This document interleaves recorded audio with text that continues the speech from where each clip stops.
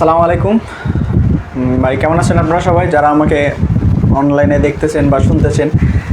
সবাইকে আমার সালাম, আসসালামু আলাইকুম আবারও, এবং সবাইকে আন্তরিক মোবারকবাদ এবং শুভেচ্ছা।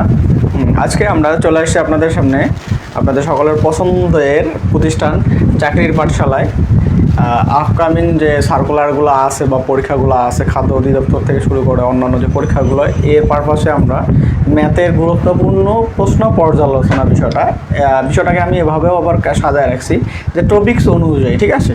যদি শুধুমাত্র প্রশ্ন ব্যাংক অনুযায়ী কিছু ইম্পর্টেন্ট বা গুরুত্বপূর্ণ দেখে করি, তাহলে দেখা যায় যে হিজিবিজি হয়ে যায়। আমার কাছে মনে হয় এখন এই অধ্যায়ের অঙ্ক করলাম, আবার এরপর অধ্যায়, ঠিক আছে? তাহলে আমি যেহেতু বিভিন্ন চাকরি পরীক্ষার প্রশ্ন পর্যালোচনা করে আপনাদের জন্য কিছু গুরুত্বপূর্ণ প্রশ্ন সামনে নিয়ে আসবো, তাহলে আমি ভাবলাম যে একটু টপিক অনুযায়ী নিয়ে আসা যাক, ঠিক আছে? যদি টপিক অনুযায়ী হয় তাহলে আপনাদের সুবিধা হলো, তার মানে আমরা গুরুত্বপূর্ণ প্রশ্নগুলো পর্যালোচনা করলাম, পাশাপাশি যে টপিক অনুযায়ী যে পুরো বইয়ের যতগুলো অধ্যায় আছে সব অধ্যায় সম্পর্কে আমাদের একটা ক্রমান্বয়ে ধারণাও আসবে, আলোচনা তো কিছু থাকবেই অধ্যায় সম্পর্কে, ঠিক আছে? এই ধারাবাহিকতা আমি চেষ্টা করছি যে প্রতিটা টপিক অনুযায়ী আলাদা আলাদা করে প্রশ্ন পর্যালোচনা করে গুরুত্বপূর্ণ কিছু প্রশ্ন আপনাদের সামনে নিয়ে আসা। তো বেশি কথা না বাড়াই, মনে হয় আমরা শুরু করে দেওয়াই ভালো হবে, ঠিক আছে? চলেন শুরু করে দিই আমাদের।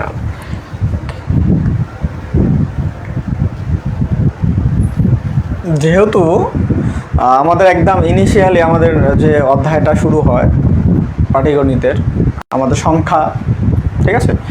এই সংখ্যায় অধ্যায় যেহেতু শুরু হয়, তাহলে সংখ্যা থেকেই আমরা আলোচনা শুরু করছি। আমরা জানি যে সংখ্যা, অঙ্ক, এই বিষয়গুলো সম্পর্কে সবার ধারণা আছে। আসলে ডিটেলসে এগুলো সম্পর্কে জানানো, বলা এভাবে পসিবল না আর, এর জন্য ক্লাস আলাদা হয়ে প্রয়োজন হয়, ঠিক আছে? একটা দেখা যায় যে একটা সংখ্যা বা বাস্তব সংখ্যা অধ্যায়টা 3-4টা ক্লাসে শেষ করতে হয়, ঠিক আছে? এখন 3-4টা ক্লাসকে পড়াশোনা কিন্তু আমি আপনাকে এই 10-15-20-30 মিনিটে শেষ করতে দিতে পারবো না, ঠিক আছে? 3-4টা ক্লাসের জিনিস আর তার আধা ঘন্টা শেষ হবে না। এই জন্য সবগুলো বিষয় সম্পর্কে আলোচনা করা পসিবল না, শুধু ম্যাথের অংশে আসবো। ম্যাথের অংশের পারপাসে যতটুকু আলোচনা প্রয়োজন হয়, জানানো বোঝানো, এতটুকু ট্রাই করবো, ঠিক আছে? ওকে, আমাদের শুরুতে যে অধ্যায়টা চলে আসবে এটা বাস্তব সংখ্যা, এবং বাস্তব সংখ্যার ভিতরে সংখ্যার ভিতরে দুই রকম আছে। আমরা জানি যে আমাদের সংখ্যা দুই প্রকার হয়, একটা বাস্তব হয়, একটা অবাস্তব হয়, ঠিক আছে? তো আমাদের বিভিন্ন চাকরির পরীক্ষায় বাস্তব সংখ্যা থেকে তো প্রশ্ন থাকবেই, কারণ আমাদের পুরো ম্যাথমেটিক্যাল টার্মটা বাস্তব সংখ্যার উপর বেস করে তৈরি করা। বাট কিছু অবাস্তব সংখ্যা থেকেও আমাদের মাঝে মাঝে প্রশ্ন আসে, ঠিক আছে? এই অবাস্তব সংখ্যারও কিছু প্রশ্ন আমরা দেখতে পাই। এর ধারাবাহিকতা আমি চেষ্টা করছি যে অবাস্তব রিলেটেড যে প্রশ্নগুলো বিভিন্ন চাকরি পরীক্ষায় হয় বা আসার উপযোগী, ঠিক আছে, এই টাইপের দু একটা প্রশ্ন ইনক্লুড করে অবাস্তব সংখ্যা জানানো।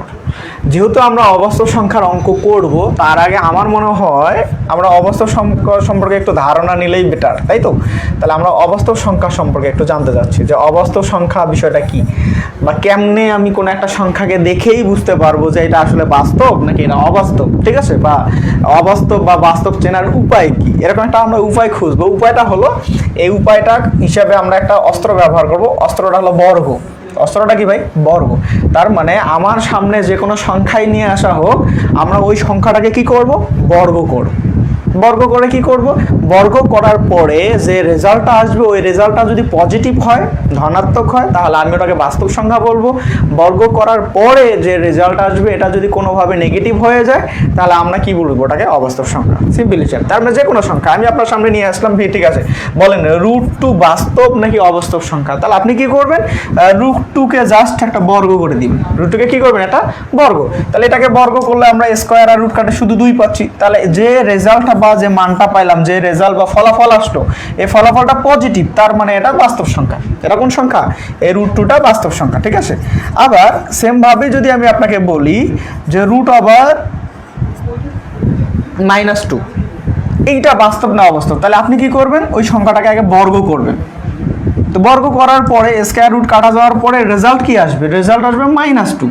দেখেন, আপনি বর্গ করছেন, বর্গ করার পরও যে রেজাল্ট পাইছেন, ওই রেজাল্টটা কি আছে? নেগেটিভ আছে বা মাইনাস চিহ্ন আছে। তার মানে এটা আসলে ফলাফল -2। তাহলে বর্গ করার পরে যদি আমি -2 পাই, তাহলে যে সংখ্যাটা আসছিল ওই সংখ্যাটাকে কি বলবো আমরা? অবাস্তব সংখ্যা, ঠিক আছে? তার মানে এই √(-2) কোন ধরনের সংখ্যা? অবাস্তব। তাহলে কোনো একটা সংখ্যা আমার সামনে আসার পরেই ওটা বাস্তব অবাস্তব আগে না বলে কি করব? বর্গ করব। বর্গ করার পরে মানটা পজিটিভ হলে বাস্তব বলবো, নেগেটিভ হলে অবাস্তব বলবো। ওকে, তো তাহলে এই ছিল আমাদের মোটামুটি বাস্তব এবং অবাস্তব নিয়ে একটু আলোচনা। অনেক আলোচনা আছে, কিন্তু এরকম গুরুত্বপূর্ণ প্রশ্ন পর্যালোচনা ক্লাসে আসলে অত ডিটেলসে আলোচনা পসিবল না, যতটুকু হয় আর কি। এখন যে ধরনের অবাস্তব সংখ্যা আছে, এই অবাস্তব সংখ্যার আমরা ইংরেজি নাম জানি ইমাজিনারি, ঠিক আছে। এই ইমাজিনারি থেকে আমরা অবাস্তব সংখ্যাকে আই দ্বারা প্রকাশ করে থাকি।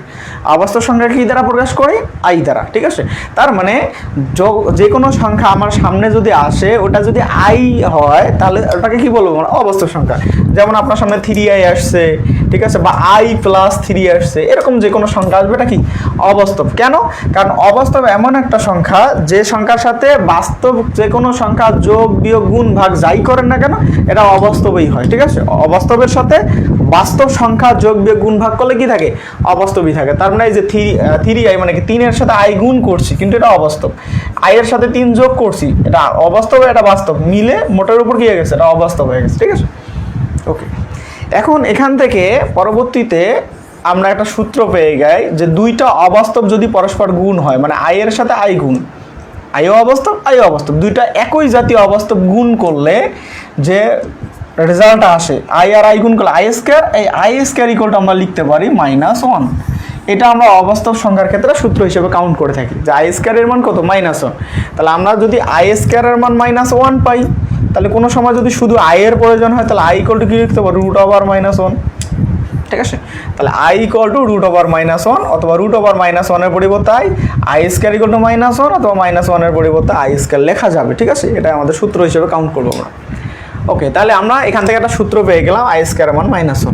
তাহলে i² এর মান যদি আমরা -1 পাই, এখন আমার প্রশ্নে চলে আসছে এরকম যে i⁻15 ইকুয়াল টু হোয়াট?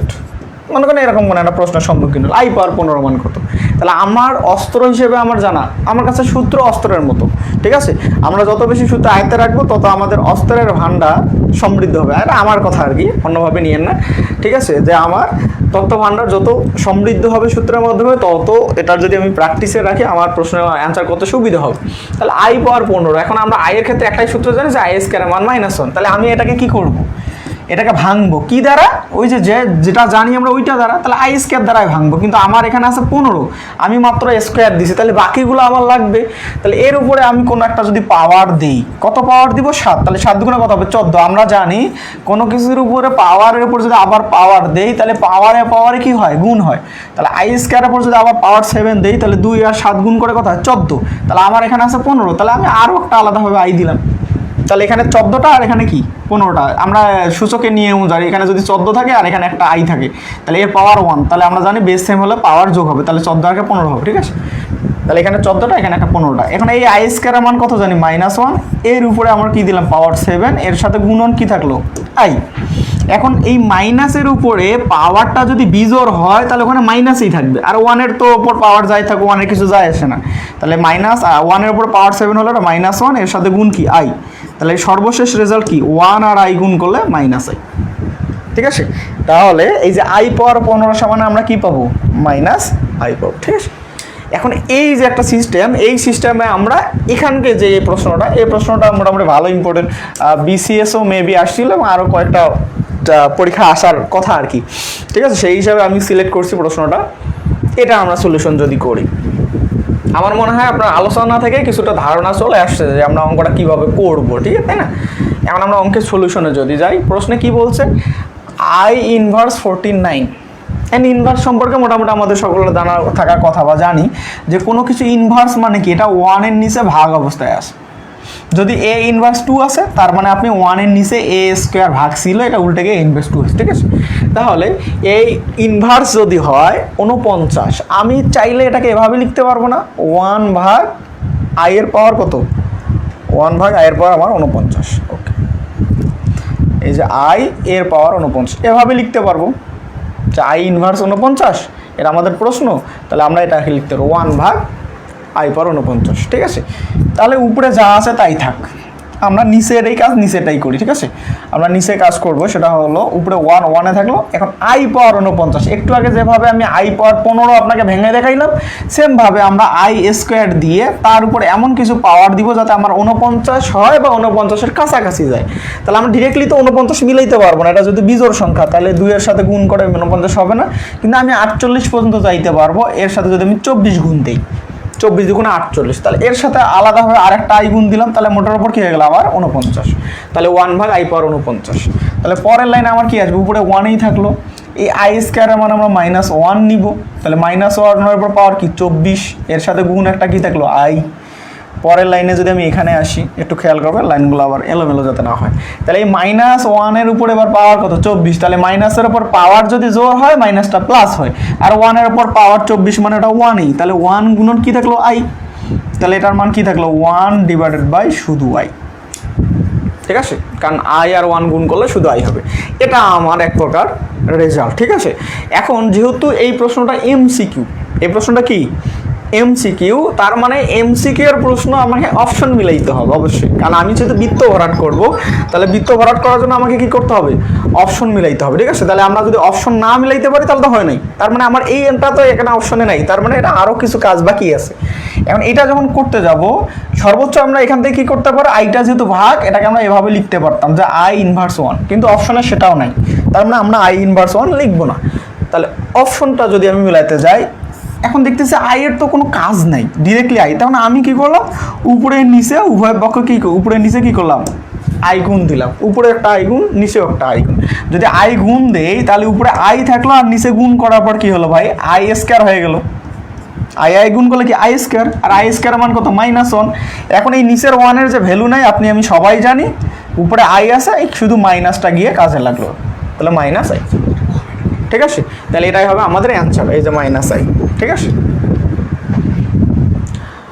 আমার মনে হয় আপনারা ম্যাথটা বুঝে গেছেন, আমি একটু গণনা করেই বোঝানোর চেষ্টা করতেছি। আমি জানি না আমাকে আপনারা দেখতেছেন কিনা, যারা দেখতেছেন যদি ক্লাস কোনোভাবেই ভালো লাগে বা খারাপ লাগে, দুটাই ব্যক্ত করা যায় আর কি, মানুষের ভালো লাগা মন্দ লাগা দুটাই ব্যক্ত করার জিনিস, আপনি দুটাই ওপেন ব্যক্ত করতে পারেন, ঠিক আছে? ক্লাস ভালো লাগলেও কমেন্টে বলে দিতে পারবেন, খারাপ লাগলেও বলে দিতে পারবেন, আর যদি জানার ইচ্ছা থাকে অবশ্যই লাইভে আসার উদ্দেশ্যে এটাই, প্রশ্ন নেওয়া, ঠিক আছে? সো কারো কোনো প্রশ্ন থাকলে সেটাও ব্যক্ত করতে পারেন। ওকে, আমার মনে হয় এই প্রশ্ন যারা দেখতেছেন বা মনোযোগ দিচ্ছেন বুঝে আসছে, আমরা সামনের দিকে যাই।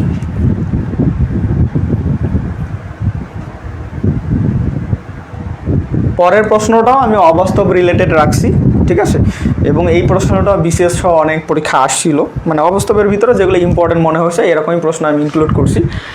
এই প্রশ্নটা দেখেন, প্রশ্নে কি বলছে, √8 গুণন √, এখানে কিন্তু 8 আর এখানে কিন্তু 2, দুটো কিন্তু ভিন্ন ভিন্ন বিষয়, ঠিক আছে? বাট একটা প্রশ্ন আছে, এই প্রশ্নটাও অনেকবার আসছিল, √4 গুণন √4, ঠিক আছে? একই টাইপের প্রশ্ন, এই জন্য আমি একই টাইপের আর অনেক প্রশ্ন দিয়ে তো আর দরকার নেই, আপনি যদি ওটা বুঝেন এটা বুঝবেন, এটা বুঝলে ওটা বুঝবেন, এই জন্য যে কোনো একটা দিয়ে আমি ট্রাই করার চেষ্টা করছি, ঠিক আছে? বাট এটা প্রশ্ন দেওয়ার উদ্দেশ্য হলো, এখান থেকে একটা জিনিস আপনাদেরকে আমি জানাতে চাই, সেটা হলো যে কোনো স্বাভাবিক সংখ্যাকে যদি আমরা ভাঙ্গি তাহলে ওই স্বাভাবিক সংখ্যাকে 2টা রুট বিশিষ্ট সংখ্যা পাওয়া যায়, কারণ আমার রুটের মান হলো হাফ, তাহলে আমি এ কে ভাঙে দুইটা রুটে গুণন রুটে লিখতে পারবো, ঠিক আছে? এই দুইটা রুটে গুণ করে আবার একটা এ পাওয়া যাবে। ঠিক সেমভাবে আমি যদি বলি যে দুইটা √2 গুণ করি তাহলে কি পাবো, একটা 2 পাবো। যদি √4 গুণ করে কি পাবো, একটা 4 পাবো। ঠিক সেমভাবে দুইটা √-4 গুণ করলেও কিন্তু একটা -4 পাওয়া যায়, ঠিক আছে? এটা বলার উদ্দেশ্য হলো, এটার রেজাল্ট হলো -4, যেটা আমরা এমসিকিউ ডিরেক্টলি ব্যবহার করার জন্য এটা একটা পদ্ধতি, ঠিক আছে? যে কোনো দুইটা একই জাতীয় সংখ্যা যদি রুট অবস্থা থাকে তাহলে গুণ করে ওই সংখ্যার একটা পাওয়া যাবে, তাহলে -4 গুণন √-4 গুণ করে কি হবে, এমসিকিউর জন্য আমরা ডিরেক্টলি এভাবে অ্যান্সার করতে পারবো, ঠিক আছে? কিন্তু এটা যদি রিটেন আসে, ও রিটেন না দেখায় আমি এটা রিটেন দেখাবো, এটা রিটেন দেখলে আপনি ওটা রিটেনও বুঝতে পারবেন, ঠিক আছে? ওটা এমসিকিউর জন্য ডিরেক্টলি বললাম কীভাবে পাবো, এটা যদি আমরা রিটেন দেখি তাহলে কি হবে, এটা এখন মনে করেন এটাকে আপনাকে অবাস্তব, যেহেতু সংখ্যাটা যেহেতু রুটের ভিতরে মাইনাস আছে, এটা অবাস্তব সংখ্যা, এটাও রুটের ভিতরে মাইনাস আছে মানে কি এটা অবাস্তব সংখ্যা। তাহলে আমি যদি অবাস্তবের সাথে অবাস্তবের মতো আচরণ করি, যেমন এই √এর নিচে -8 আছে, আমি যদি ওই -8টাকে সেপারেটভাবে 1 একটা আলাদা করে নিই, মানে -8কে 8 গুণন কি এটা দিলাম। আবার এই -2টাকে এভাবে যদি লিখি 2 গুণন -1 সেপারেট করে দেই, দিতে পারি, ঠিক আছে। আমরা আবার গুণ করলে আবার এক্ষেত্রে আগের মতো হয়ে যাবে। এখন দেখতেছি এই যে রুট ওভার 8 আছে এটা থাকলো, এইটাকে যদি সেপারেটভাবে চিন্তা করি যে -1-এর পরিবর্তে আমি আই স্কয়ার লিখতে পারি, ঠিক এই দিকেও রুট ওভার 2 আছে, এই -1-এর পরিবর্তে আমি আই স্কয়ার লিখতে পারি, কারণ আমাদের সূত্র হলো আই স্কয়ার মান -1, তাহলে -1-এর পরিবর্তে আই স্কয়ার লিখলাম। তাহলে এই রুটের ভিতর কি থাকলো 8, এই রুটের ভিতর 8 মানে এটাকে ভাঙলে 2√2 হয়, আর আই এর স্কয়ার আর রুট কাটা গেলে শুধু একটা আই রুটের বাইরে চলে আসে। এখানেও 2-র উপর যেহেতু রুট, 2-র ক্ষমতা নাই রুট কেটে দেওয়ার, তাহলে ওর উপর রুট আছে, আই স্কয়ারের ক্ষমতা আছে, স্কয়ারের রুট কেটে যায়, শুধু আই হয়ে গেছে।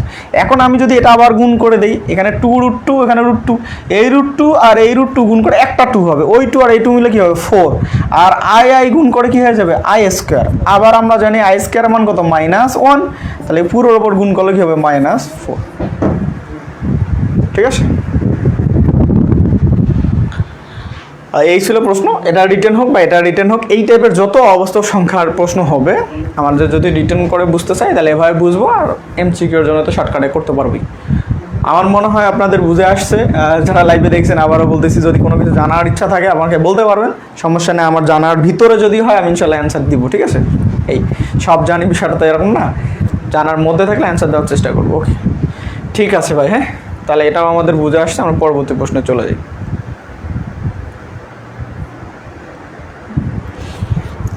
যেহেতু আমরা সংখ্যাই পর্যায়ক্রমিক করে আগাবো, তাহলে সংখ্যাটা আমরা বাস্তব অবাস্তব দেখবো। তাহলে অবাস্তব দেখলাম, অন্য অবাস্তব ব্যতীত অন্য যে কোনো অঙ্ক সবই তো বাস্তব সংখ্যার অঙ্ক। তাহলে বাস্তবের ভিতরে আমাদের প্রকারভেদ আছে জোর বিজোড়, এই যে জোর বিজোড় টপিক্সে আমরা আসছি, ঠিক আছে। তাহলে জোর বিজোড় টপিক্সের কিছু সূত্র আছে, এই সূত্রগুলো আমাদের মুখস্থ করার প্রয়োজন হবে না, কারণ জোর বিজোড় অঙ্ক আমরা যত চাকরি পরীক্ষা আমার ধারণা অনুযায়ী আমি দেখছি, প্রশ্ন ব্যাংক অ্যানালাইসিস করছি, জোর বিজোড় সবসময় এমসিকিউ রিলেটেড চাকরির পরীক্ষায় আসে। জোর বিজোড় কোনো প্রশ্ন কখনো রিটেনে দেখতে পাওয়া যায়নি। তার মানে যেহেতু আপনার এমসিকিউ রিলেটেড হবে, তার মানে আপনি অপশন পাবেন, আর অপশন দিয়ে জোর বিজোড় অঙ্ক সলিউশন করার খুব সুন্দর টেকনিক আছে, বুদ্ধি আছে। এই জন্য জোর বিজোড়ের কোনো রকম সূত্র মনে রাখার দরকার নেই, ঠিক আছে। জোর বিজোড় রিলেটেড কোনো সূত্র মনে রাখার প্রয়োজন হবে না, আমরা ডিরেক্টলি অঙ্ক বুঝতে পারবো। প্রশ্নে কি বলছে যে এক্স এবং ওয়াই উভয় বিজোড় সংখ্যা হবে। এখানে প্রশ্নে একটু মিস্টেক আছে, এমন প্রশ্নে কি ধরে নিব এটাই তো বুঝতেছি না, যে একটা টাইপিং মিস্টেক আছে আর কি। এক্স এবং ওয়াই উভয় বিজোড় সংখ্যা হলে, এরপরে প্রশ্নটা এর বিজোড় সংখ্যা টাইপ করতে ভুল করছে, বিজোড় সংখ্যা এরপরে আসতো আর কি, হলে নিচের কোনটি জোড় হবে, নিচের কোনটি জোড় সংখ্যা হবে, এরকম প্রশ্ন হবে। অথবা এমন হতে পারে যে এক্স ওয়াই উভয় জোড় সংখ্যা হলে নিচের কোনটি বিজোড় সংখ্যা হবে, মানে যে কোনো একটা। আমরা অপশন টেস্ট করলে বুঝতে পারবো আসলে প্রশ্ন এটা ঠিক না ওটা ঠিক। প্রশ্নে আপাতত এটা ধরে নিলাম যে এক্স এবং ওয়াই উভয় বিজোড় সংখ্যা হলে নিচের কোনটি জোড় সংখ্যা হবে, এরকম প্রশ্ন। তাহলে আমাদেরকে প্রশ্ন কি ইন্ডিকেট করে বলছে, ইন্ডিকেট করে বলছে দুইটার কথা, একটা এক্স এর মান, একটা কি ওয়াই। বলছে এক্স আর ওয়াই দুইটাই বিজোড়, দুইটা কি বিজোড়। তাহলে দুইটাই যদি বিজোড় হয় তাহলে অপশনের কোনটা জোড় হবে, এটাই হলো আমাদের প্রশ্ন। এখন আমরা কোনো সূত্র ছাড়া কেমনে করব, যে প্রশ্নে যার কথা বলবে x Y A B P Q যার কথা বলবে, এদেরকে জোড় বললে জোড় হিসাবে কাউন্ট করব, বিজোড় বললে বিজোড় হিসাবে কাউন্ট করব। যেহেতু প্রশ্নে আমাকে বিজোড় বলছে, তাহলে আমি এক্স আর ওয়াই দুটাকে বিজোড় হিসাবে চিন্তা করলাম না, আমার এটাও বিজোড় এটাও বিজোড়, মানে যে কোনো বিজোড় ধরতে পারেন আপনার মন চাইলে, এটা 1 এটা 1, মানে বিজোড় হলেই হবে। এটা 3 এটা 3, বা এটা 1 এটা 5, এটা 5 এটা 7, এটা 9 এটা 11, মানে যে কোনো বিজোড় হলেই এনাফ, ঠিক আছে, আপনি ধরতে পারবেন। এখন যত বড় ধরবেন ক্যালকুলেশন কিন্তু আপনাকেই করতে হবে, ঠিক আছে। এখন যত ছোট ধরবেন ক্যালকুলেশন আপনার ক্ষেত্রে তত ইজি হবে। এই জন্য আমরা ছোট ধরলাম, এটা 1 এটা 3, এই এক্স আর মান 1 আর ওয়াই এর মান 3, এই মানটা আমরা জাস্ট অপশনগুলোতে বসাই অ্যান্সার খোঁজার চেষ্টা করবো। তাহলে আমরা ক নাম্বারে যদি এক্স এর মান বসাই 1 আসবে, ওয়াই এর মান কত 3 আবার 1, মিলে রেজাল্ট কত আসছে 3 আর 2 5 আসছে কি ভাই বিজোড়। কিন্তু আমার মনে করেন যে চাইছে কি জোড় সংখ্যা, তার মানে এটা আমার অ্যান্সার নয়। এক্স আর ওয়াই, তাহলে এক্স এর মান 1 ওয়াই এর মান 3, গুণ করলে কত আসে 3, কি আসছে 3 বিজোড়, জোড় চাওয়া হয়েছে, তার মানে এটা অ্যান্সার নয়। এক্স এর মান 1 ওয়াই এর মান 3 যোগ 2, 3 কে 3 2 কত 5, তাহলে এখানেও বিজোড় আসছে, এটা অ্যান্সার নয়। তাহলে এক্স এর মান 1 আর ওয়াই এর মান কত 3, রেজাল্ট কত আসছে 4। এই 4টাই শুধুমাত্র কি আসছে জোর, তাহলে এটা আমার অ্যান্সার। আমার মনে হয় আপনারা যদি মনোযোগ দেন, আমার কথা শুনেন, তাহলে খুব বুঝতে পারবেন। খুব সহজ অঙ্ক এগুলো, এমসিকিউ তো আমরা সচরাচর দেখতে পাই, ঠিক আছে। এবং প্রশ্নে দু ধরনের প্রশ্ন হতে পারে, একটা হলো প্রশ্নে বিজোড় দিছে, আপনার অ্যান্সারে জোর খুঁজতে বলছে, অথবা প্রশ্নে জোর দিছে অ্যান্সারে বিজোড় খুঁজতে বলছে, যে কোনো একটা হতে পারে, ঠিক আছে। আমার মনে হয় আপনারা বুঝে ফেলছেন। সামনের দিকে যাওয়া যাক।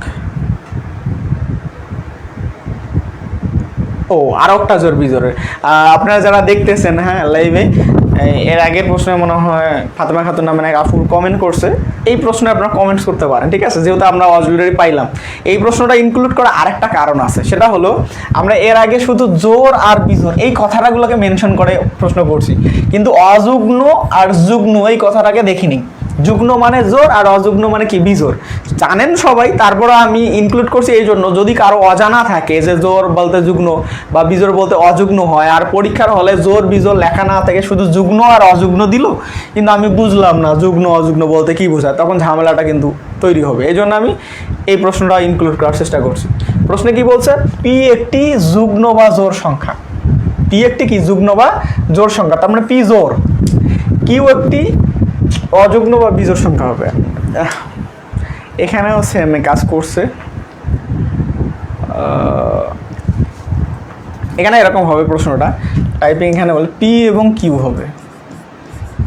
পি একটি যুগ্ন বা জোড় সংখ্যা, কিউ একটি যুগ্ন বা জোড় সংখ্যা, তাহলে নিচের কোনটি বিজোড় বা অযুগ্ন হবে। প্রশ্নটা এরকম হওয়ার কথা ছিল যে পি কিউ দুইটাই কি জোড়, একটা জোর একটা বিজোড় হতে পারে, সমস্যা নাই, কিন্তু প্রশ্নের রেসপেক্টে মনে হচ্ছে যে পি এবং কিউ দুইটা জোর হবে, তাহলে নিচের কোনটি অযুগ্ন বা বিজোড় হবে এরকম চাইছিল, ঠিক আছে। তার মানে পি কিউ দুইটা জোর, তাহলে দুইটা যদি জোর হয় তাহলে আমরা পি কে 2 ধরে নিলাম, কিউ কে 4 ধরে নিলাম, জোর যে কোনো কিছু ধরতে পারবো। তাহলে সেই অনুযায়ী যদি এখানে বসাই, তাহলে এখানে শুধু পি আছে, তার মানে এখানে পির বসালে তো এটা 2 হয়ে যাচ্ছে, ঠিক আছে। তার মানে আমার কাছে বিজোড় চাওয়া হয়েছে, তাহলে এটা অ্যান্সার নয়। তাহলে 2 গুণন 2 যোগ কত, কিউ এর মান কত 4, তাহলে 2 দুগুণা 4 আর 4 কত 8, এটাও জোর হয়েছে কিন্তু চাওয়া হয়েছে বিজোড়।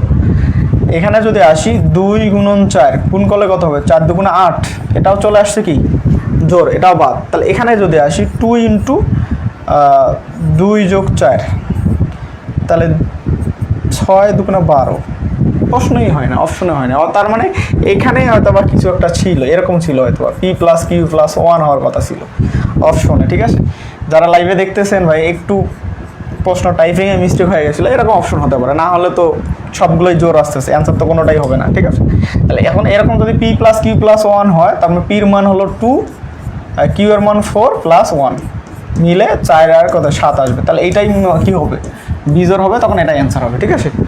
যাই হোক আর কি, এখানে একটু মিস্টেক হলো, আপনারা কিন্তু সিস্টেমটা মনে হয় বুঝছেন, ঠিক আছে, যে আপনারা কেমনে প্রশ্নে এরকম জোর বিজোড়ের থাকবে আর কেমনে অ্যান্সার করতে হবে, ঠিক আছে। ওকে, আমরা পরের প্রশ্নে যাই।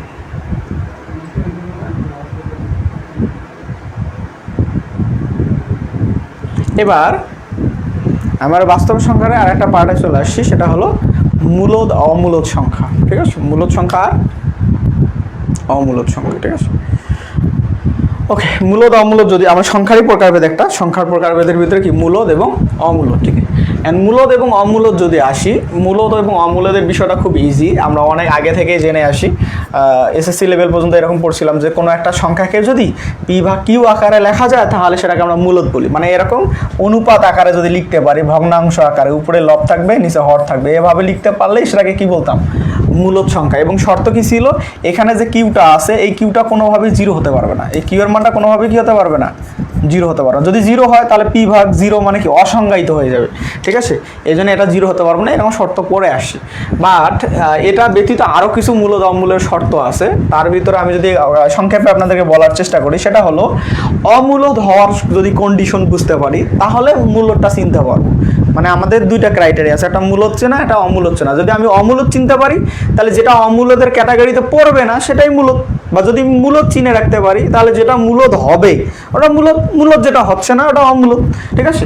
তাহলে যে কোনো একটা হতে পারে। তাহলে আমি যদি অমূলদের কথাটাই বলি আপনাদেরকে, অমূলদ কি, অমূলদ কোন সংখ্যা, অমূলদ সংখ্যার ক্ষেত্রে অবশ্যই দশমিক সংখ্যা হতে হবে। অমূলদ যদি কোনো একটা সংখ্যাকে আমি বলতে চাই তাহলে ওই সংখ্যাটা কি হবে ভাই, দশমিক সংখ্যা, ঠিক আছে, দশমিক ভগ্নাংশ হতে হবে, দশমিক ভগ্নাংশ হতে হবে, দশমিক বিশিষ্ট, তার মানে দশমিকের পরে কিছু থাকবে অবশ্যই, ঠিক আছে, এরকম হবে 1 নম্বর। 2 নম্বর হলো দশমিকের পর সংখ্যাগুলো আনলিমিটেড হবে, মানে অসীম পর্যন্ত হবে। দশমিকের পর কি অসীম পর্যন্ত, মানে ওর থামার কোনো নামগন্ধ নাই, অসীম পর্যন্ত চলতে থাকে, ঠিক আছে। তারপর আছে কি আরেকটা, দশমিকের পরে অসীম পর্যন্ত হবে, কিন্তু দশমিকের পর এলোমেলো হবে, ঠিক আছে, এলোমেলো মানে ভিন্ন ভিন্ন হবে, দশমিকের পর ভিন্ন ভিন্ন হবে, অসীম পর্যন্ত ভিন্ন ভিন্ন হবে। আরেকটা আছে শেষ পর্যন্ত রুট থাকবে, শেষ পর্যন্ত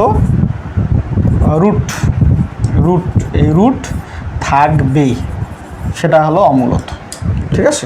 এই কয়েকটা ক্রাইটেরিয়া, তার মানে অমূলদের দশমিক হবে, তাহলে অমূলদ যদি দশমিক হয় তাহলে মূলদ কি, এটা যদি দশমিক ভগ্নাংশ তাহলে মূলদ সাধারণ ভগ্নাংশ হবে, মানে লব আর হর আকারে।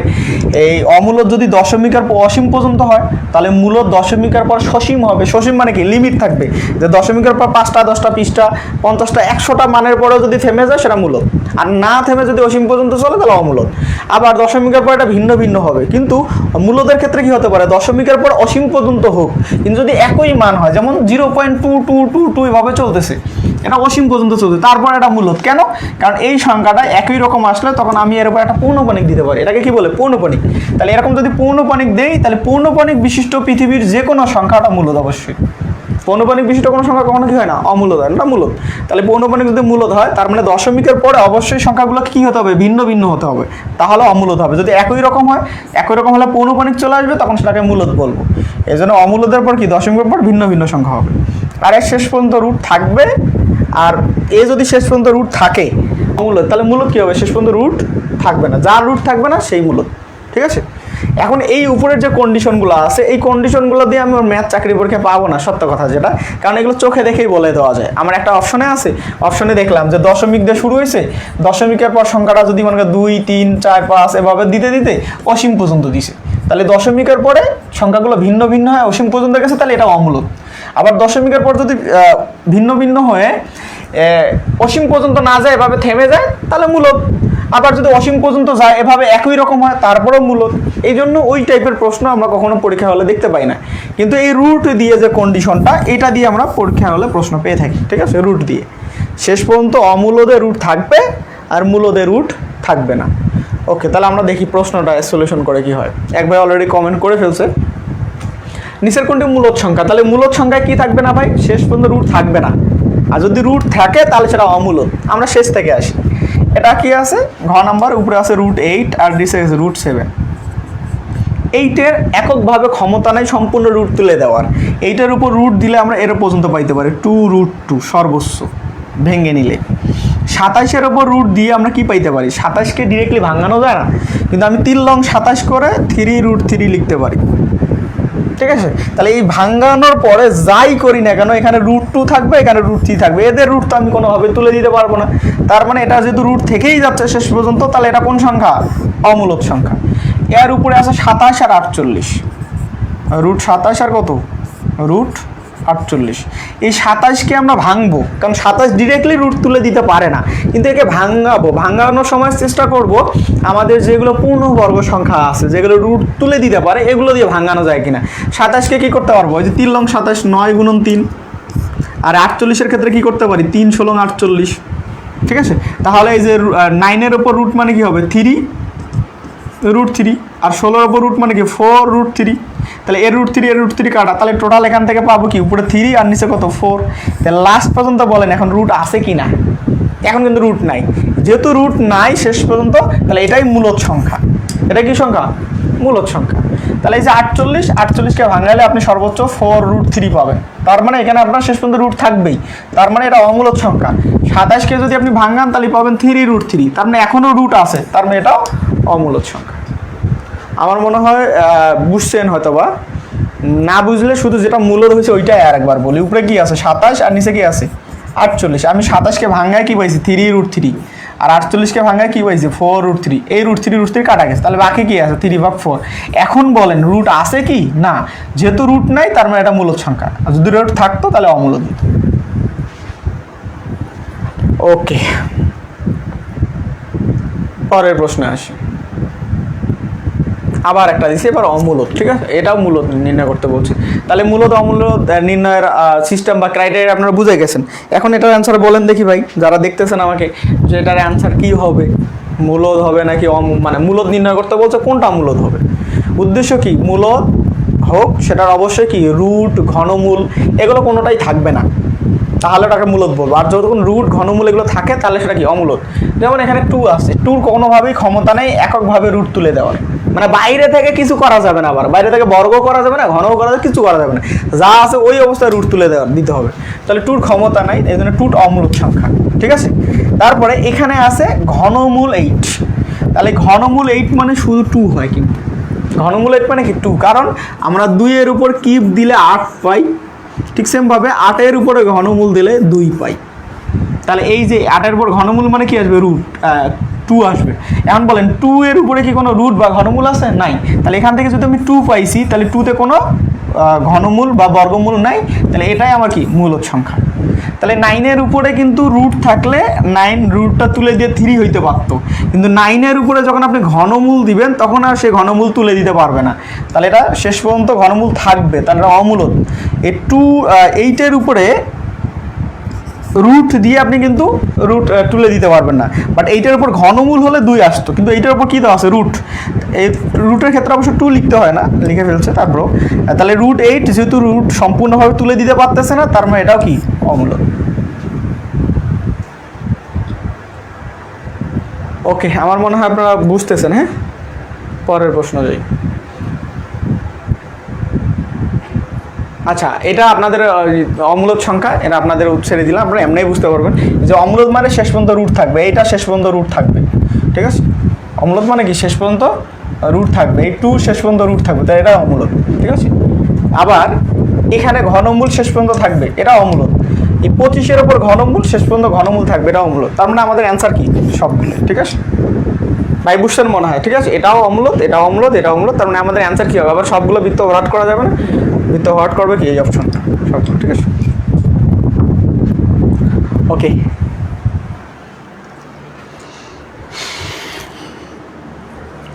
পরের প্রশ্নে আসি। মূলদ অমূলদের টপিক ক্লিয়ার। পরে আমরা চলে আসি মৌলিক সংখ্যা। হ্যাঁ, মৌলিক সংখ্যা যে কোনো চাকরির পরীক্ষার জন্য খুব গুরুত্বপূর্ণ, ঠিক আছে। মৌলিক সংখ্যার প্রশ্ন যে কোনো চাকরি পরীক্ষায় আপনি নবম গ্রেড বলেন, দশম গ্রেড বলেন, বা 10, 11 থেকে যে 20 গ্রেডের কথা বলেন, যে গ্রেডেই বলেন আপনি মৌলিক সংখ্যার প্রশ্ন পেয়ে থাকবেন, ঠিক আছে। যদি মৌলিক সংখ্যার প্রশ্ন ইম্পর্টেন্ট, তাহলে মৌলিক সংখ্যার কিছু বেসিক জিনিস আমরা একটু জেনে নিই। 1 নাম্বার হলো মৌলিক সংখ্যা কাকে বলে। মৌলিক সংখ্যা তাকেই বলবো যে সংখ্যাটাকে 1 এবং ওই সংখ্যা নিজে ছাড়া অন্য কোনো কিছু দ্বারা ভাগ করা যায় না, তাকে আমরা মৌলিক সংখ্যা বলবো। তাহলে মৌলিক সংখ্যাকে 2টা জিনিস দিয়ে ভাগ দেওয়া যায়, একটা হলো 1 দ্বারা, একটা ওই সংখ্যা নিজে, 2টা দ্বারা ভাগ যাবে, একটা 1 দ্বারা এবং ওই সংখ্যা কি নিজে, এই 2টা দ্বারা ভাগ গেলেই তাহলে সেটাকে কি বলবো মৌলিক সংখ্যা। এখন তাহলে প্রশ্ন হলো 1 কি মৌলিক সংখ্যা? না, 1 মৌলিক সংখ্যা নয়। কেন 1 মৌলিক সংখ্যা নয়? কারণ 1কে কিন্তু আপনি 2টা জিনিস দিয়ে ভাগ করতে পারতেছেন না, 1 নিজেই সব, ঠিক আছে। এই জন্য 1 মৌলিক সংখ্যা হয় না। সব থেকে ছোট মৌলিক সংখ্যা হলো 2। সব থেকে ছোট মৌলিক সংখ্যা কি 2, কারণ 2কে আপনি 1 দ্বারা ভাগ করতে পারবেন, 2কে 2 দ্বারা ভাগ করা যাবে। এরপরে মৌলিক সংখ্যা কি আছে 3, কারণ 3কেও 1 দ্বারা যায়, 3 দ্বারা যায়। এরপরে আছে মৌলিক সংখ্যা কি 5, 4 কিন্তু না, কারণ কি 4কে 2 দ্বারা যায়। কিন্তু আমাদের মৌলিক সংখ্যা শর্ত কি, যে মৌলিক সংখ্যা শুধুমাত্র ওই সংখ্যা এবং 1 ছাড়া অন্য কোনো কিছু দ্বারা ভাগ যাবে না। এরপরে আসবে কি 7, এভাবেই পর্যায়ক্রমে মৌলিক সংখ্যা চলতে থাকবে। তাহলে এরপরে যতই মৌলিক সংখ্যা পাবো ভাই, সব মৌলিক সংখ্যা অবশ্যই বিজোড় হবে। একটা মাত্র মৌলিক সংখ্যা জোড়, তার নাম 2। তাহলে আপনাকে যদি কোনো সময় প্রশ্ন করে 1 থেকে 100 পর্যন্ত মৌলিক সংখ্যা জোড় মৌলিক সংখ্যা কাটা, একটাই অ্যান্সার, 1 থেকে 100 পর্যন্ত জোড় মৌলিক সংখ্যা 2, ঠিক আছে। এর ব্যতীত পৃথিবীর যত মৌলিক সংখ্যা আছে সবগুলো কি হবে বিজোড় হবে, শুধুমাত্র 2 হলো জোড় মৌলিক সংখ্যা, ঠিক আছে। ওকে, এখন আমরা 1 থেকে 100 পর্যন্ত যে মৌলিক সংখ্যা, এগুলো থেকেই প্রশ্ন মেইনলি হয়ে থাকে আমাদের। 1 থেকে 100 পর্যন্ত এর ভিতরেই প্রশ্ন সব থেকে বেশি হয়। 1 থেকে 100 পর্যন্ত মৌলিক সংখ্যা আমাদের 25টা। মৌলিক সংখ্যা কটা ভাই? 1 থেকে 100 পর্যন্ত মৌলিক সংখ্যা হলো 25টি। ঠিক আছে, 1 থেকে 100 পর্যন্ত যদি মৌলিক সংখ্যা 25টা হয়, বাংলা ইংরেজি লিখলাম সব, এই মৌলিক সংখ্যাগুলো মনে রাখার জন্য একটা নামতা আছে। নামতা হলো, আমার এভাবে মনে রাখি, আপনি যে কোনোভাবে মনে রাখেন, কোনো আপত্তি নেই। 442, 232, 232, 1। ঠিক আছে, আমি এভাবে মনে রাখি 442, 232, 232, 1। এই যে 1 থেকে 100 পর্যন্ত 25টা মৌলিক সংখ্যা আছে। এখানে 4 4 8 2 10, 15, 17, 19, 22, 24, 25টা। ঠিক আছে, এখন এই নামতা দ্বারা আসলে আপনারা স্পেশালি কী বুঝবো হলো, এই 4 দ্বারা বোঝায় হলো 1 থেকে 10 পর্যন্ত মৌলিক সংখ্যা আছে 4টি, 11 থেকে 20 পর্যন্ত মৌলিক সংখ্যা 4টি, 21 থেকে 30 পর্যন্ত মৌলিক সংখ্যা 2টি। তার মানে এগুলো প্রতিটা এক একটা করে দশক, এটা একটা দশক, এটা একটা দশক, এটা একটা দশক, এভাবে কি 1 থেকে শুরু করে 100 পর্যন্ত মৌলিক সংখ্যা। তারপরে 31 থেকে 40 পর্যন্ত মৌলিক সংখ্যা কি? 2টি। 41 থেকে 50 পর্যন্ত মৌলিক সংখ্যা 3টি। 51 থেকে 60 পর্যন্ত মৌলিক সংখ্যা 2টি। 61 থেকে 70 পর্যন্ত মৌলিক সংখ্যা 2টি। 71 থেকে 80 পর্যন্ত মৌলিক সংখ্যা 3টি। 81 থেকে 90 পর্যন্ত মৌলিক সংখ্যা 2টি। 91 থেকে 100 পর্যন্ত মৌলিক সংখ্যা 1টি। এই নামতা দ্বারা এটা বোঝায়। তাহলে এই যদি নামতাটা মনে থাকে, মৌলিক সংখ্যা রিলেটেড 50 থেকে 60%-এর অ্যান্সার আপনি বলতে পারবেন। ঠিক আছে, খুব সহজে, যদি আপনার এই নামতাটা মনে রাখতে পারেন, খুব সহজ। ঠিক আছে, এখন আমরা যদি প্রশ্নের সলিউশনে আসি, প্রশ্ন অবশ্য 1 থেকে 20 পর্যন্ত মৌলিক সংখ্যা কয়টি? এখন আপনার এই নামতা মনে আছে, আপনি কি পারবেন না? 1 থেকে 10 পর্যন্ত 4টা, 11 থেকে 20 পর্যন্ত 4টা, তাহলে টোটাল 1 থেকে 20 পর্যন্ত মৌলিক সংখ্যাটা হলো 8টা। তাহলে এই প্রশ্নের অ্যান্সার কত ভাই? 8।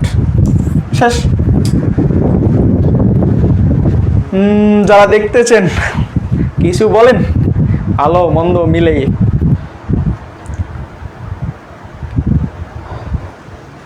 ওকে, আমার মনে হয় এটা বুঝে আসছে আপনাদের। পরের প্রশ্নে যাই তাহলে আমরা।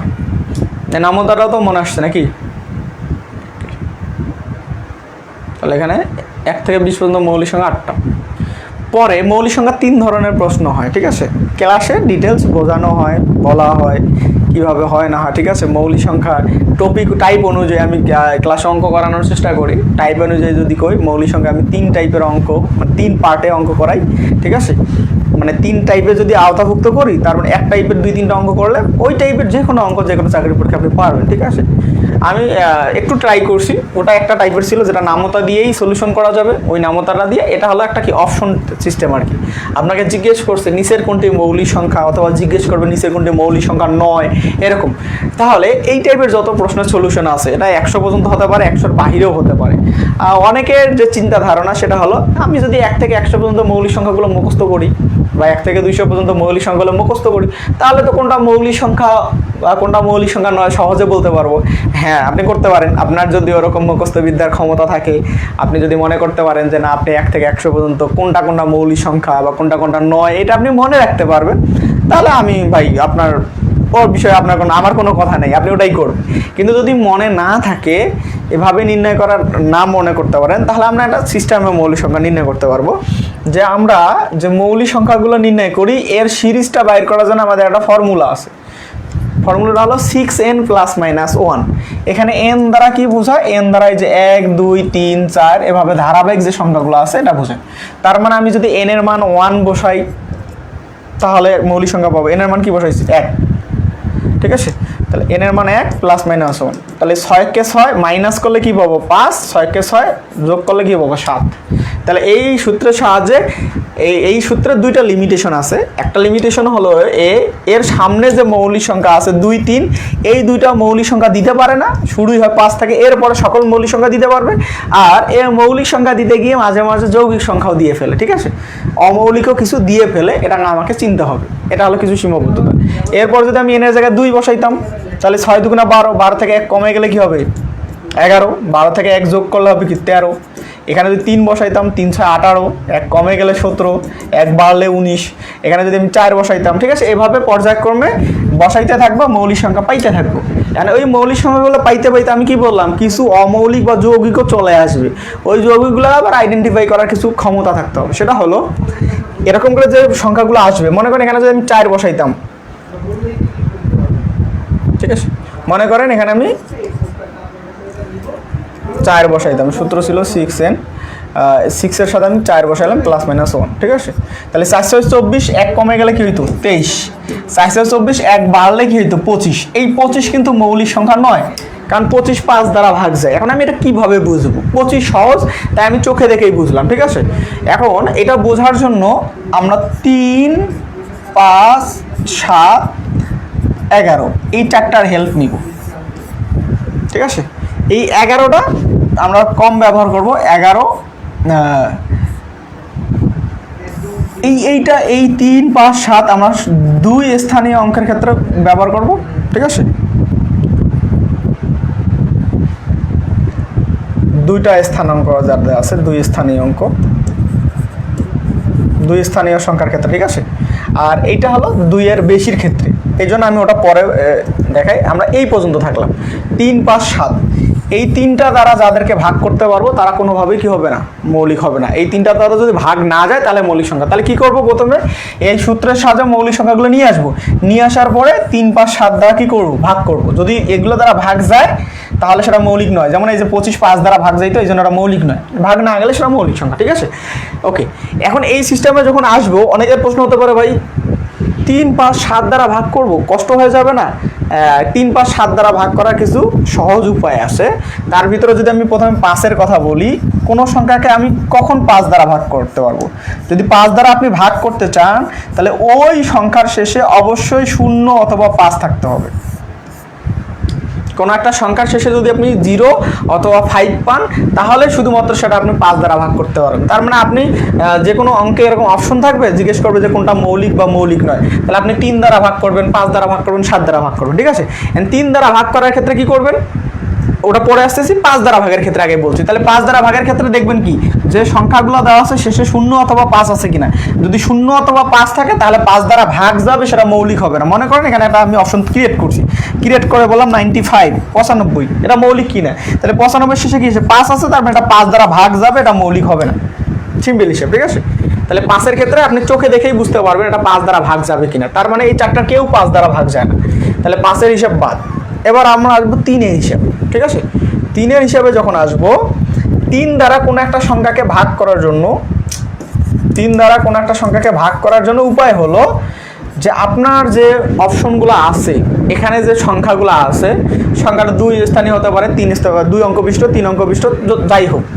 এখন আপনি এখানে যে অঙ্কগুলো পাবেন, এই অঙ্কগুলোকে যোগ করবেন, যোগ করে যে যোগফল আসবে ওই যোগফলকে 3 দ্বারা ভাগ করার চেষ্টা করবেন। যদি যোগফলটা 3 দ্বারা ভাগ যায় তার মানে পুরোটা 3 দ্বারা ভাগ যাবে। যদি যোগফল 3 দ্বারা ভাগ না যায় তাহলে পুরোটা 3 দ্বারা ভাগ যাবে না। যেমন এখানে আছে কত, 9 আর 1, এই 9 আর 1 যোগ করলে কত হয় ভাই? 10। 10কে কি আমি 3 দ্বারা ভাগ করতে পারবো না?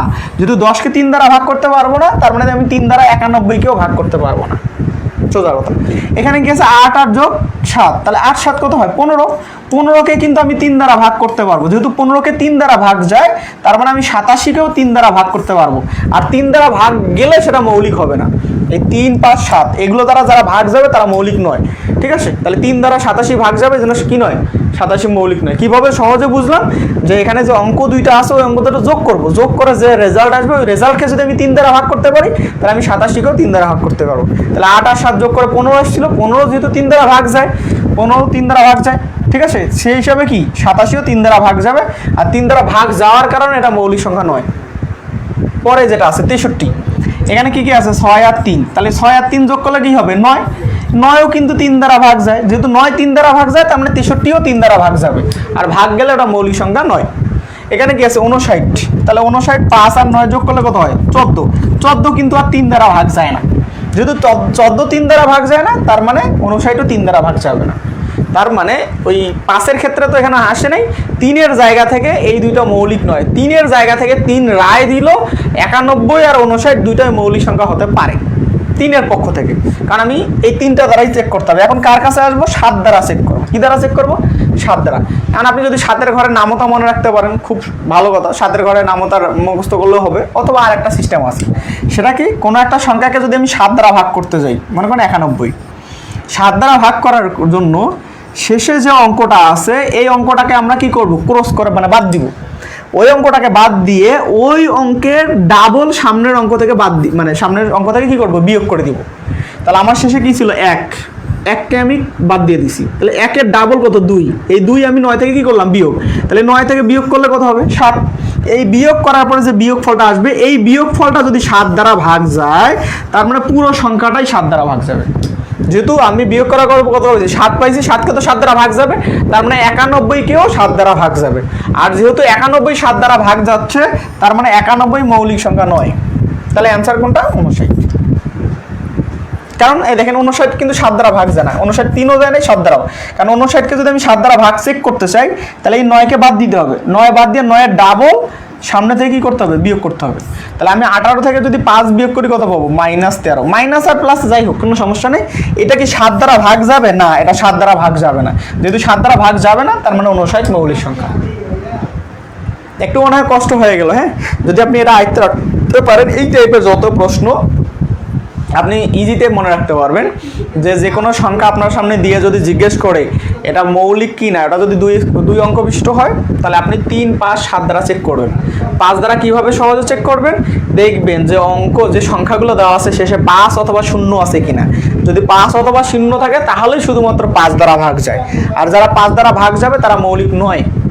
3 দ্বারা ভাগের ক্ষেত্রে কি, যে অঙ্কগুলো থাকবে, যে সংখ্যাগুলো থাকবে, ওই সংখ্যায় যে অঙ্ক থাকবে, অঙ্কগুলোকে যোগ করব। যোগ করে যে যোগফলটা আসবে ওইটা যদি 3 দ্বারা ভাগ যায়, তাহলে পুরোটা 3 দ্বারা ভাগ যাবে। আর যদি না যায়, তাহলে ভাগ যাবে না। যদি 3 দ্বারা ভাগ যায়, ওটা মৌলিক সংখ্যা নয়। আর 3 দ্বারা ভাগ না গেলে মৌলিক সংখ্যা। এই 3-এর জায়গা থেকে 91 আর 59 দুইটা অপশন হিসেবে আসছিল, কিন্তু 7 কি করছে? ওই দুইটার ভিতর থেকে আসল অ্যান্সারটা বাইর করে নিয়েছে। এখন 7-এর ক্ষেত্রে কি, 7 দ্বারা কোনো কিছু ভাগ করতে হলে আপনাকে কি করতে হবে? শেষে যে অঙ্কটা থাকবে এটাকে বাদ দিতে হবে। বাদ দিয়ে ওইটা ডাবল সামনের অঙ্ক থেকে বিয়োগ করতে হবে। বিয়োগ করার পর যে রেজাল্ট আসবে, ওই রেজাল্টটাকে যদি আমি 7 দ্বারা ভাগ করতে পারি, তাহলে পুরো 91কে আমি 7 দ্বারা ভাগ করতে পারবো। ঠিক আছে? একটা গুরুত্বপূর্ণ বিষয় আমি আপনাদের সাথে শেয়ার করলাম। হয়তোবা অনেকের জানা, হয়তোবা অনেকের অজানা। একটু কমেন্টসে বলতে পারেন ভাই এটাকে ভালো লাগছে কিনা এই কথাগুলো, বা এটাকে আরও সহজভাবে বলবো কিনা, ঠিক আছে, বা এক্সাম্পল লাগবে কিনা। ঠিক আছে,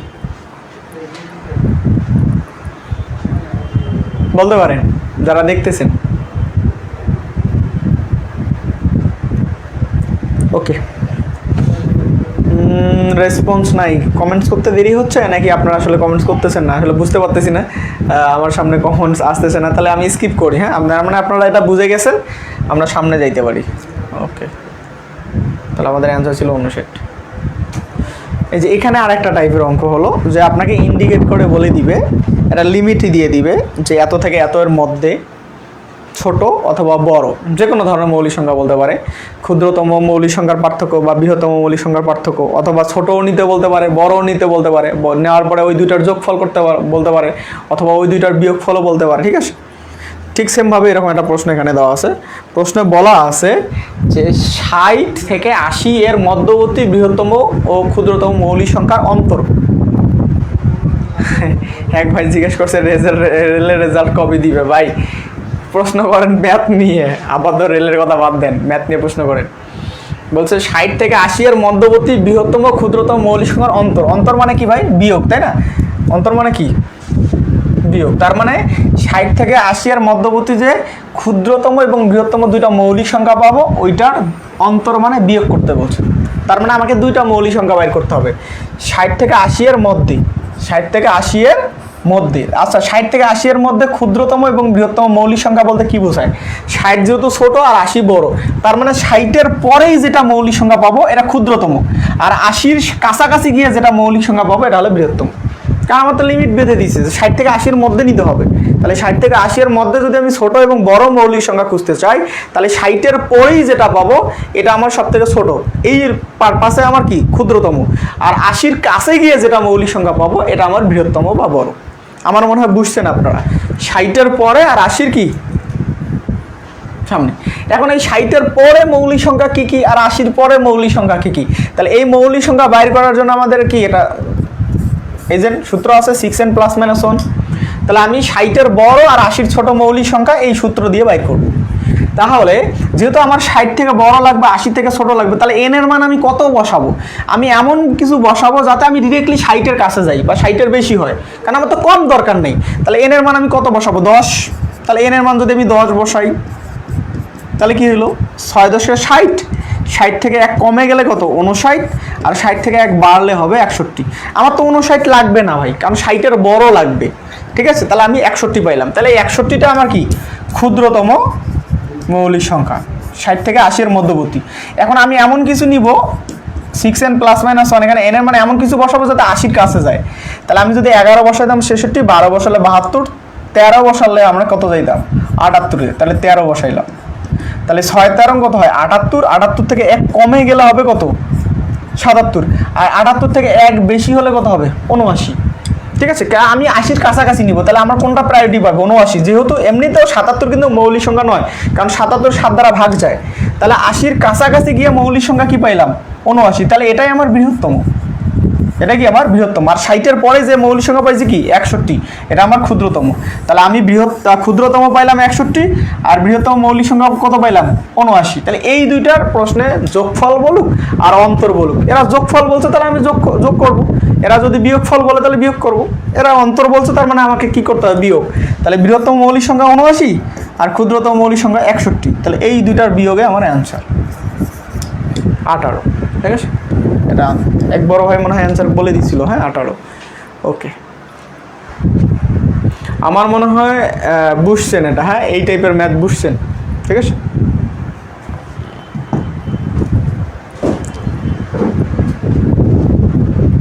ডিসপ্লের কমেন্ট দেখা যাচ্ছে। ওকে ভাই, এটা স্কিপ করলাম। হ্যাঁ, আপনারা বুঝছেন হয়তো বা। পরের প্রশ্ন দেখি। ওকে, পরের প্রশ্নটা আমাদের সংখ্যার ভিতরে বা সংখ্যার আওতাভুক্ত একটা প্রশ্ন। সেটা হলো, প্রশ্নে বলছে একটি সংখ্যা 301 থেকে যত বড় 381 থেকে তত ছোট সংখ্যাটি কত? ঠিক আছে, এরকম যত বড় তত ছোট, যত বড় তত ছোট, এই টাইপের যে কোনো প্রশ্ন থাকবে, যে কোনো কিছু, তাহলে আপনি সহজে কি করবেন? মনে করেন আপনাকে কি বলা আছে যে 10 থেকে যত বড় 20 থেকে তত ছোট সংখ্যাটি কত? তাহলে 10 থেকে যত বড়, 10 থেকে আমি 5 বড় করে 15 নিলাম, 20 থেকে 5 ছোট করে কি পাবো? 15 পাবো। তাহলে এই 15 অ্যান্সার। 10 থেকে যত বড় 20 থেকে তত ছোট। এন্ড এই কথাটা আমরা চিন্তা করে না করে সহজে কিভাবে বলতে পারি যে প্রথমে আমার কার কথা বলছিল? 10 আর কি বলছে? 20। তাহলে 10 থেকে যত বড় 20 থেকে তত ছোট। তাহলে এই দুইটা সংখ্যা কি করব? যোগ করব। যোগ করে আমরা 2 দ্বারা ভাগ করব। তাহলে যে রেজাল্ট আসবে এটাই আমাদের প্রশ্ন। তাহলে 10 আর 20 যোগ করলে কত? 30। 30কে যদি আমি 2 দ্বারা ভাগ করতাম কি আসতো? 15 আসতো।